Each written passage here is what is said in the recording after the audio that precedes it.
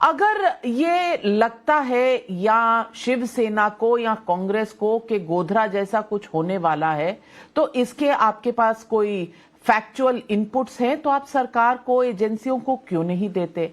नहीं तो लोग यही कहेंगे कि कहीं ना कहीं भ्रम फैला रहे हैं, डर फैला रहे हैं, क्योंकि राम के पास आपको जाना नहीं है, इसीलिए दुनिया को भी दूर रखने की कोशिश कर रहे हैं।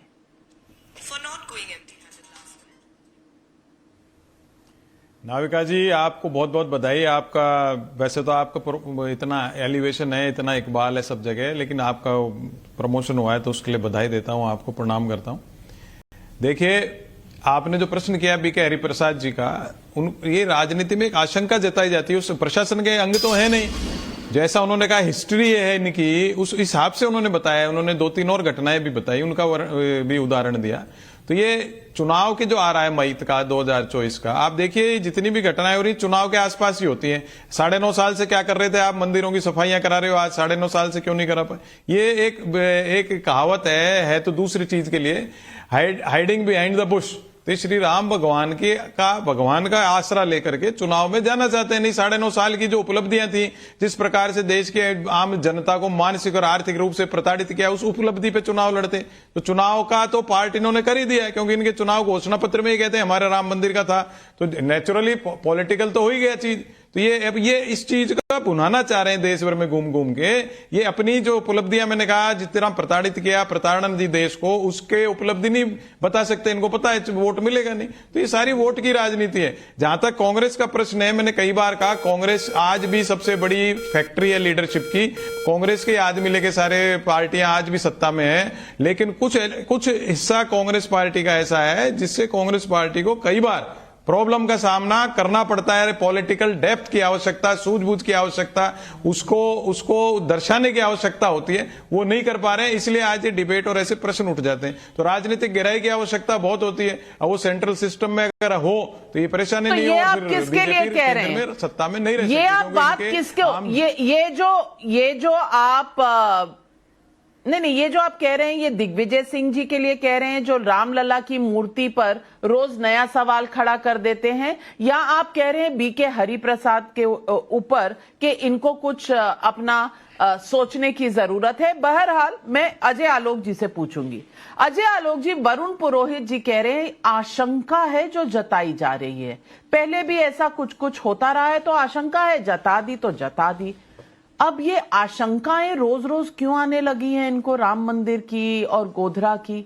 नंबर 1। और नंबर 2, दूसरी तरफ रामलला की प्राण प्रतिष्ठा, पुरानी मूर्ति, नई मूर्ति, ये इस तरह की कंट्रोवर्सी खड़ा करने के लिए दिग्विजय सिंह को ऐसी कौन सी जरूरत पड़ गई? जब जाना ही नहीं जिस गली, तो उस गली में इतनी चिंता करनी क्यों? और तीसरी बात, वरुण पुरोहित जी कह रहे हैं कि ये तो राम का नाम लेकर चुनाव में जाना चाहते हैं, तो क्या प्रभु का नाम लेकर कोई भी शुभ कार्य करना अनुचित है क्या?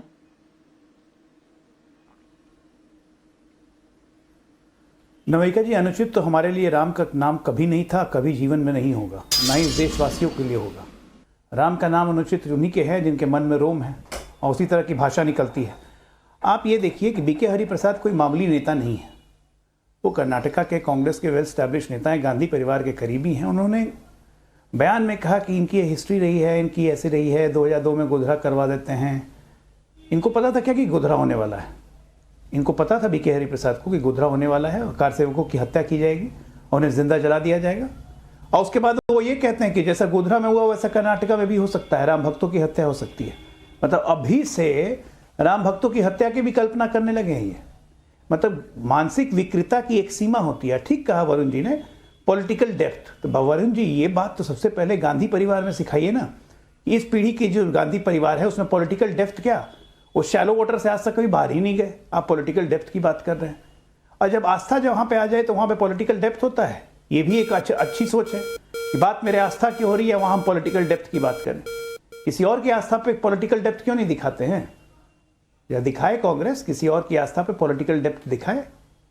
आपको तो हमेशा पॉलिटिकल डेप्थ सिर्फ हिंदुओं ही की आस्था पे दिखाई देती है। कभी किसी को रामलला की मंदिर मूर्ति पे प्रश्न उठाने लगेंगे, कभी मतलब ठेका ले रखा है आप लोगों ने कि हिंदू धर्म को रोज दिन अपमानित कैसे करो, सनातन धर्म को कोरोना कैसे बोलो, सनातन धर्म को नष्ट कैसे करना है। एक आदमी उस पर स्टैंड नहीं लेता है, कोई कुछ बोलता नहीं है। खड़गे साहब, प्रियंक खड़गे, आपके खड़गे साहब प्रेसिडेंट कहते हैं कि मोदी आ जाएगा तो सनातन का राज आ जाएगा।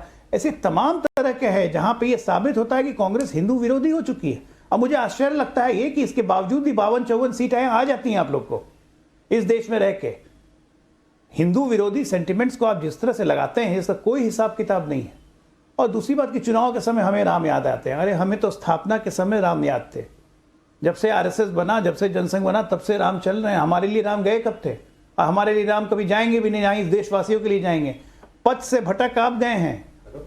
कांग्रेस को अब वापस अपने 1950-40 के फॉर्म में आना पड़ेगा, नहीं तो आने वाले 10 साल में साफ हो जाइएगा। अगर इसी तरह से गांधी परिवार की राम विरोधी, हिंदू विरोधी मानसिकता को फॉलो करते रहे तो कुछ ना होने वाला है। यहां करोड़ों लोगों की आस्था जुड़ी है। दूसरी बात मैं नविका जी कहता हूं कि ये लोग ये कह रहे हैं कि सबको घुमाने ले जा रहे हैं। भाई किसने आपको मना किया था?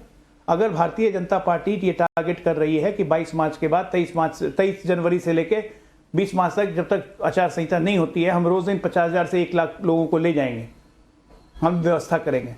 मैं कहता हूं बाकी राजनीतिक दल को किसने मना किया नहीं ले जाने के लिए? आप भी ले जाइए ना भाई। आप क्यों नहीं ले जाते? आपको राम से एलर्जी क्यों है? आप ले जाइए उनको दर्शन करवाने के लिए। मना किया है भारतीय जनता पार्टी।